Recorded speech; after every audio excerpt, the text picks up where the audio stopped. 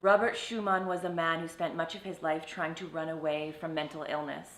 At a very young age, he was acutely aware that his family had a long and consistent history of mental illness.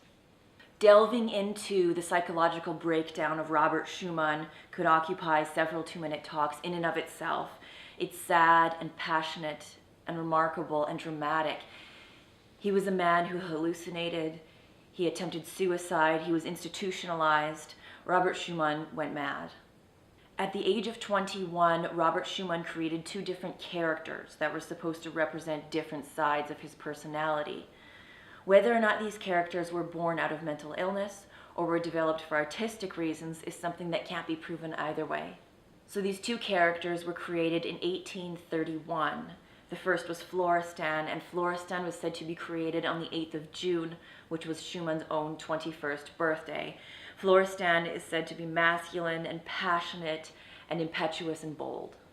On the 1st of July in that same year, Florestan's counterpart was born, the character of Eusebius. And Eusebius represents that which is feminine in the most stereotypical of ways. Eusebius is introspective and whimsical and dreamy. Schumann was a man who wanted to be a successful concert pianist, but he injured his finger, so he turned to composition.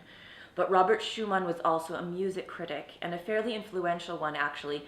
He critiqued a lot of very important composers of his day, and Schumann, being a music critic, attributed many of his articles to either Florestan or Eusebius.